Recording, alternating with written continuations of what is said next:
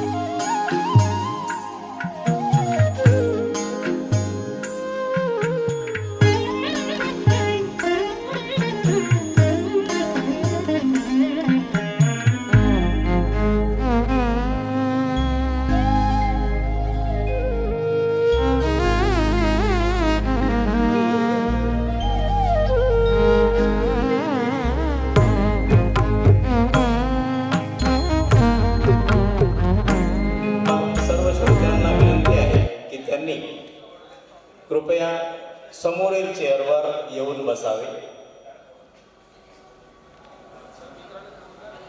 द्वारा आयोजित क्रांतीसूर्य महात्मा ज्योतिराव फुले व डॉक्टर बाबासाहेब आंबेडकर संयुक्त जयंती समारोह 2026. चळवळीतील आपल्या सहकाऱ्यांना नम्र विनंती करतो की या संपूर्ण कार्यक्रमाचे व्हिडिओ चित्रण होणार असून प्रबोधन मंच अचलपूर या यूट्यूब चॅनलवर उपलब्ध आहे. सहकार्य करावे आहे ते आपण बक्षीस वितरण जे आपण 11 एप्रिल 2026 ला महात्मा फुले यांच्या जयंती दिनी समयोचित स्वरूपात एक वक्तृत्व स्पर्धा घेतली होती. त्याचं बक्षीस वितरण सर्व मान्यवरांच्या हस्ते मुख्य वक्त्यांच्या भाषणानंतर होणार आहे.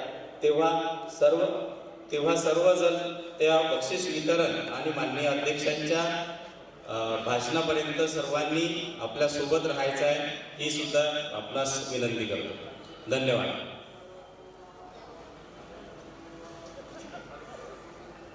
शैक्षणिक धोरणाचे सत्यशोधक आपण अवघ्या काही मिनिटं मला सुरुवात करीत आहोत. आपला सर्व प्रेक्षकांनी समोरच्या चेअर पहिल्यांदा ऑक्युपाय कराव्या. कार्यक्रमाचे व्हिडिओ चित्रण होणार असून हा कार्यक्रम सत्यशोधक प्रबोधन मंच अचलपूर या यूट्यूब चॅनलवर उपलब्ध असणार आहे. यापूर्वीचे सर्व कार्यक्रम आपल्याला पाहता येणार आहेत.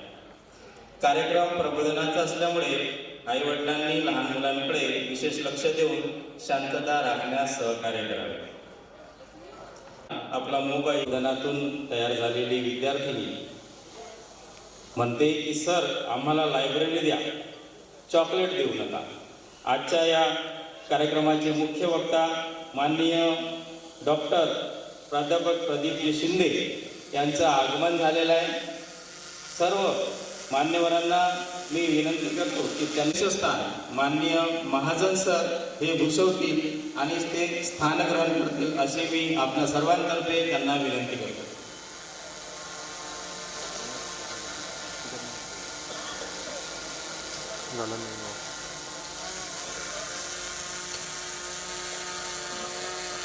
कार्यक्रमाचे प्रमुख वक्ता, उद्घाटक व कार्यक्रमाच्या सर्वांच्या वतीने मान्यवरांना विनंती करतो की त्यांनी महात्मा ज्योतिराव फुले तसेच भारतरत्न डॉक्टर बाबासाहेब आंबेडकर यांच्या प्रतिमेचे पूजन करून दीप प्रज्वलन करत या कार्यक्रमाची सुरुवात करावी.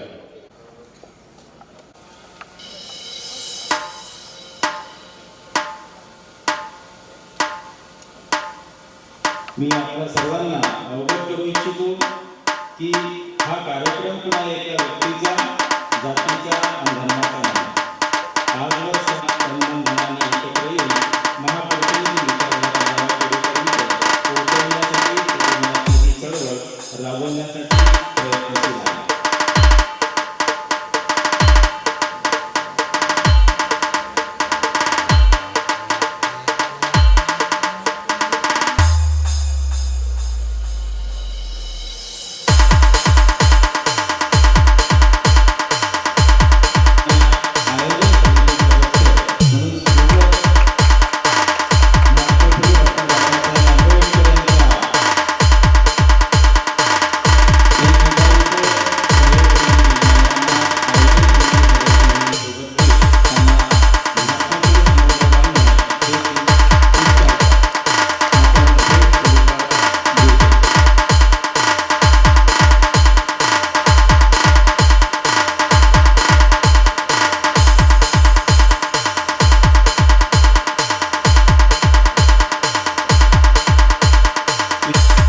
आयोजन समितीचे सदस्य श्री सुशील गणोरकर, नितीन गणोरकर, नंदकिशोरजी वासनकर, विकास भातकुले, अनंत फरकाडे, सुधीरजी गुल्लाने, संशीव बोले, मणिरामजी कासदेकर आणि मान्य श्री बंगाले सर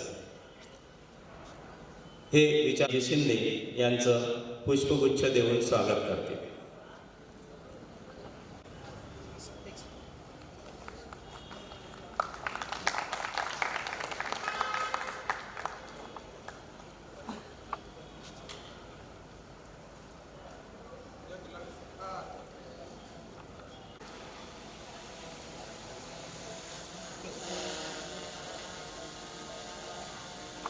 कार्यक्रमाचे अध्यक्ष राजापूरजी महाजन सर यांचं स्वागत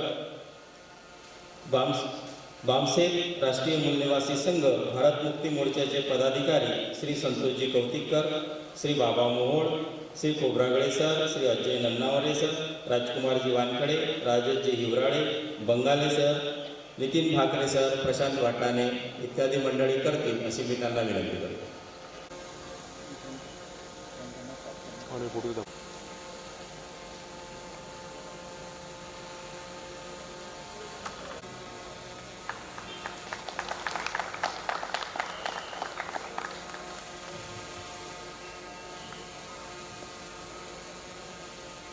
यानंतर आजच्या कार्यक्रमाच्या उद्घाटनामुळे यांचं स्वागत मराठा सेवा संघ जिजाऊ ब्रिगेड, संभाजी ब्रिगेड यांचे पदाधिकारी मान्य श्री रवींद्रजी मालखेडे, दिनेश ठाकरे सर करतील अशी मी त्यांना विनंती करतो.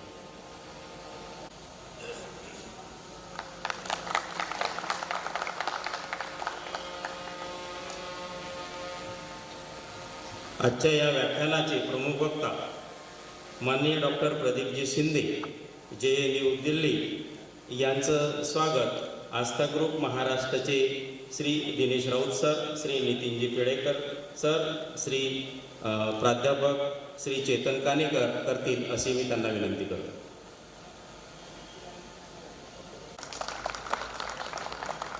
त्यानंतर आजच्या कार्यक्रमाचे अध्यक्ष राघोजी महाजन यांचं स्वागत वीर बहादूर माजी सैनिक संघटनातर्फे सुभेदार हरिहरजी भातकुले व सहकारी मंडळी करतील अशी मी त्यांना विनंती करतो. मुळे यांचं स्वागत जमाते इस्लामी हिंद चे पदाधिकारी श्री कबीर हनफी सर, श्री रेहान करतील अशी मी त्यांना विनंती करतो. तसेच भारवी कला अकादमी, आंतरभारती अखिल भारतीय शिक्षण हक्क सभाचे प्राध्यापक चंद्रकांत बहुरूपी, माननीय कैलासजी पेंढारकर सर व सहकारी करतील अशी मी त्यांना विनंती करतो. व माननीय श्री तुषारजी खेरडे हे आजच्या या व्याख्यानाचे माननीय डॉक्टर यांचं स्वागत करतील अशी मी त्यांना विनंती करतो. सहकार्य करणारे आकाश ट्युटोरियलचे श्री गजानन टापरे सर आणि आमचे मित्र इंगळे सर हे माननीय यांना विनंती करतो.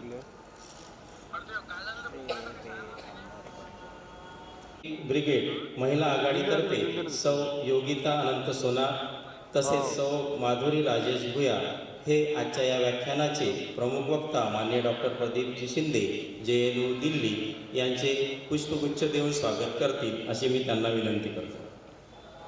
त्यानिमित्त मी आपल्या सर्वांना एक महत्त्वपूर्ण सूचना करू इच्छितो की वक्तृत्व स्पर्धेचे बक्षीस वितरण मुख्य वक्ता यांचे प्रबोधनानंतर प्रमुख अतिथींच्या हस्ते होईल. मी पुन्हा आपणास सांगू इच्छितो की हा व्यक्तीचा, जातीचा, धर्माचा नाही. आजवर समविचारी पुरोगामी व्यक्ती संघटना तन्मनधनाने एकत्र येऊन महापुरुषांची विचारधारा नव्या पिढीपर्यंत पोहोचवण्यासाठी प्रबोधनाची ही चळवळ राबवण्यासाठी प्रयत्नशील आहे. डॉक्टर बाबासाहेब आंबेडकर म्हणतात, जो कौम अपना इतिहास नहीं जानती वह इतिहास नहीं बना सकती. आजच्या या कार्यक्रमाचे प्रास्ताविक करण्यासाठी मी आमंत्रित करतो माननीय प्राध्यापक डॉक्टर लक्ष्मीधर रामकृष्णराव मुळे सर. मुळे सरांचा मी आपल्या सर्वांना परिचय देऊ इच्छितो की मुळे सर हे आमचे मार्गदर्शक असून त्यांचं शिक्षण BSc, MCA, PhD computer science झालेलं असून त्यांचे मूळ गाव खानजमानगर आहे. MCA करताना 30 विद्यार्थ्यांच्या वर्गातील सरांचे 26 मित्र हे फॉरेन कंट्रीमध्ये राहतात.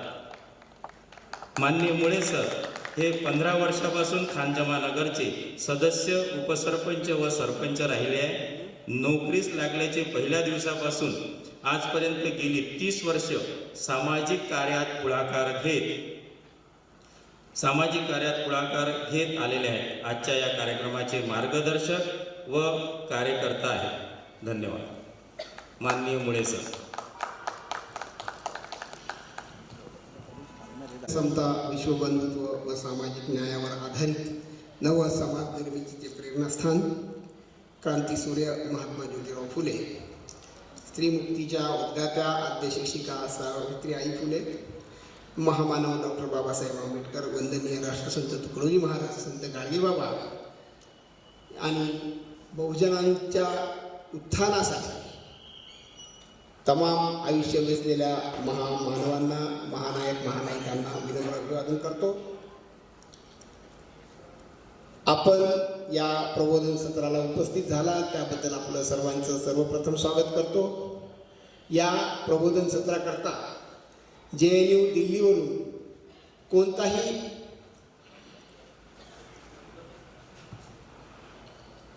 काय म्हणेल मी त्याला विशेष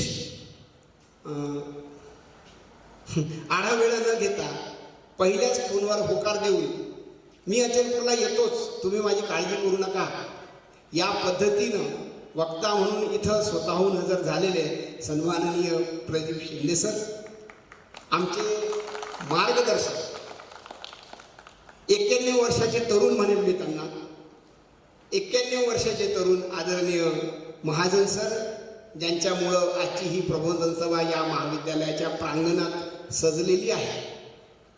या कार्यक्रमाच्या उद्घाटक माझ्या सहचारीणी, पहिल्या दिवसापासूनच त्यांना माझे सगळे कष्ट सहन करावे लागतात आणि माझ्यासोबत या कार्यक्रमाच्या आयोजनामध्ये सहभागी असलेले आपण सर्व आयोजन समितीचे सदस्य. प्रबोधनाची या शहरातील सुरुवात बामसेफ, भारत मुक्ती मोर्चा, नव्याने डोंगरे सरांनी स्थापन केलेल्या RFI या सर्व संघटनांनी केलेली आहे. मी त्या सर्व संघटनांचा कार्यकर्ता आहे, त्यांच्यासोबत काम करणारा व्यक्ती आहे. या कार्यक्रमाच्या संदर्भात बोलायचं झाल्यास महात्मा फुले यांना समजून घेताना कुठेतरी ओबीसी वर्ग थोडासा अजूनही जागा झालेला नाही आणि मग ओबीसी वर्गाला टार्गेट करून या कार्यक्रमाची सुरुवात 2018 मध्ये एका गटानं केली. 2019 पासून ती धुरा माझ्याकडे आलेली आहे आणि 2019 पासून आपण या कार्यक्रमाचं आयोजन करीत आहोत.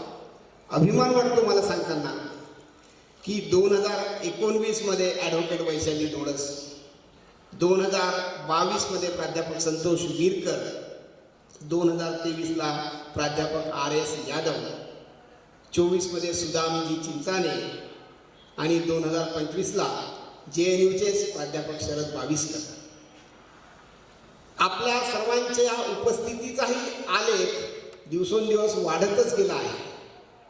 परंतु वर्तमान व्यवस्था अशी आहे, वर्तमान व्यवस्थेमध्ये आपण इतके स्वतःच्या कामात मग्न झालेले आहोत की आता कोणत्या कामाला प्रायोरिटी द्यावी हे आता सर्वसामान्य लोकांना सुचत नाही.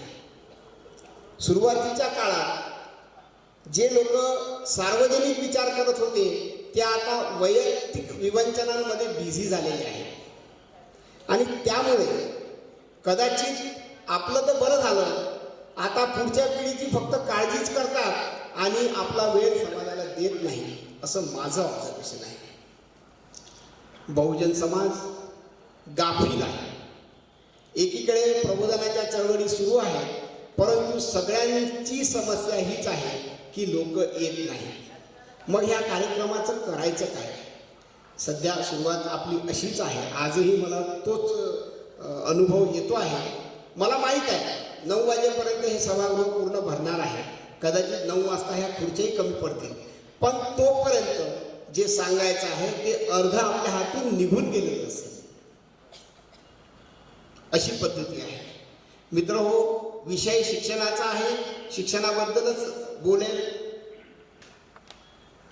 1848 मध्ये मुलींची पहिली शाळा महात्मा फुल्यांनी सुरू केल्यावर खऱ्या अर्थानं मुलींना शिक्षण उपलब्ध झालं आणि आजची पिढी घडली.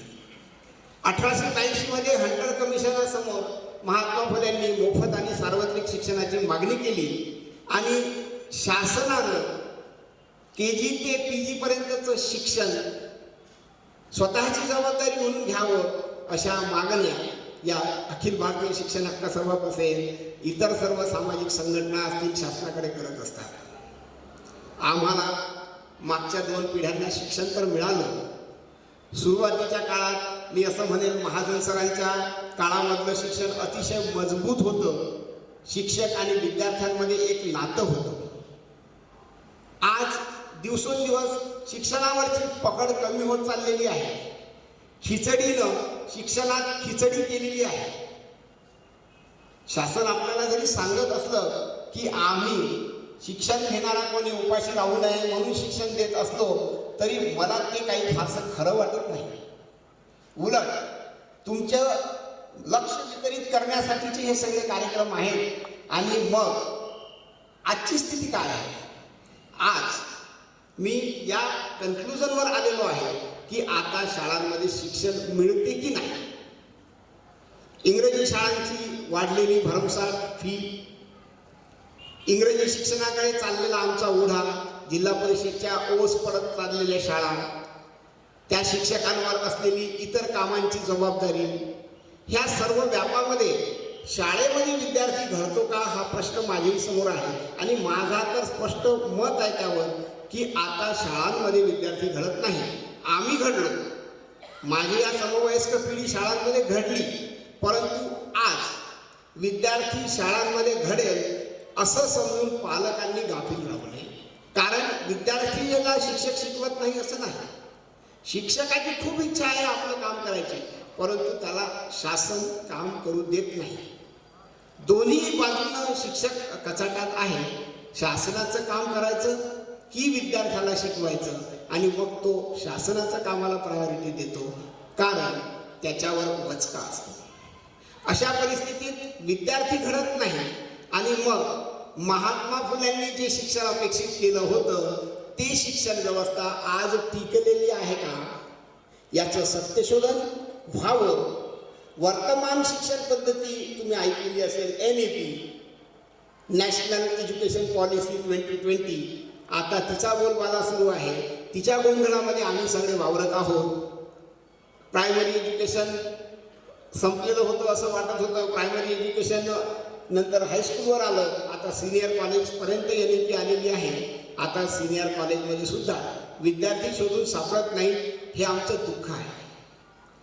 अशा पद्धतीत वर्तमान शिक्षण व्यवस्थेतून जर नागरिक घडत नसतील तर मग काय शिक्षण व्यवस्था कुचकामी आहे किंवा शिक्षण व्यवस्था नको असं म्हणायचं का? तर नाही. शिक्षणाच्या संदर्भात नेपाळच्या संदर्भात ज्या बातम्या सध्या सुरू आहेत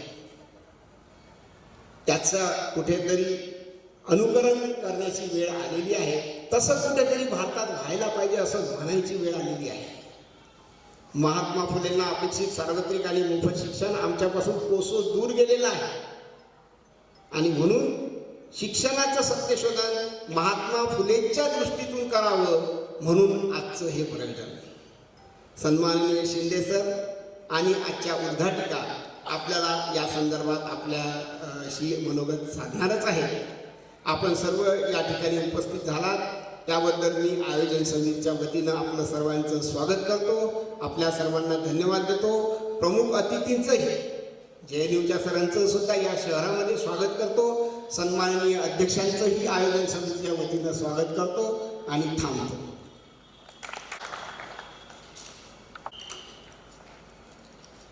आदरणीय मुळे सरांनी आपल्यासमोर या कार्यक्रमाची संपूर्ण रूपरेषा, आजच्या सध्याच्या स्थितीतलं वास्तव मांडले आहे.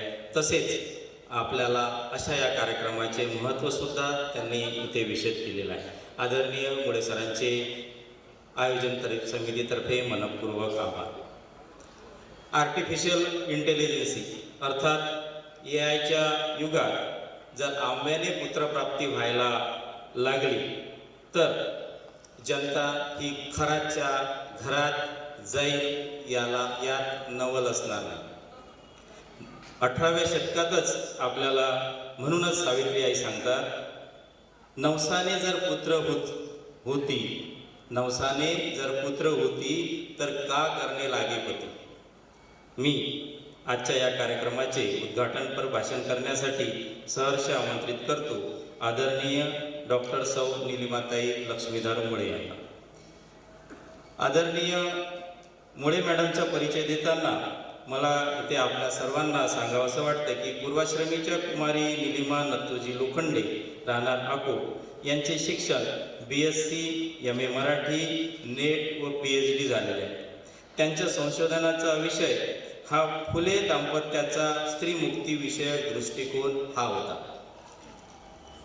सुरुवातीच्या काळात मराठीच्या प्राध्यापक म्हणून सारडा महाविद्यालय अंजनगाव सुरजी, जगदंब महाविद्यालय अचलपूर, BS पाटील महाविद्यालय परतवाडा येथे पदवी व पदव्युत्तर स्तरावर आदरणीय ताईंनी अध्यापन केले आहे. घरापासून लांब जाऊन नोकरी न करण्याचा विचार, त्यामुळे कुटुंब सांभाळत आज 2 डॉक्टरची आई, एक डॉक्टर निलय MD मेडिसिन व दुसरा श्रावण MS गायनिक गेल्या 25 वर्षापासून सामाजिक चळवळीत त्या क्रियाशील आहेत. अनेक व्याख्याने, सूत्रसंचालन व कार्यक्रमाचे नियोजन यांचेच घरून चालते. आजच्या संयुक्त जयंती समारोह आयोजन समितीच्या सुद्धा त्या सदस्य आहेत. आदरणीय निलिमाताईंचे 3 पुस्तके प्रकाशित झालेली आहेत. ती म्हणजे झरा मानवतेचा, सत्यशोधक एकांकिका व सावित्री वदते. त्यांचे भारतीय स्त्रीमुक्तीची फुले प्रणित भूमिका हे पुस्तक प्रकाशनाच्या मार्गावर आहे. आता आपल्यासोबत संवाद साधणार आहे आणि उद्घाटनपर मनोगत व्यक्त करणार आहे आदरणीय निलिमाताई मुळे, प्राध्यापक JNU दिल्ली यांना.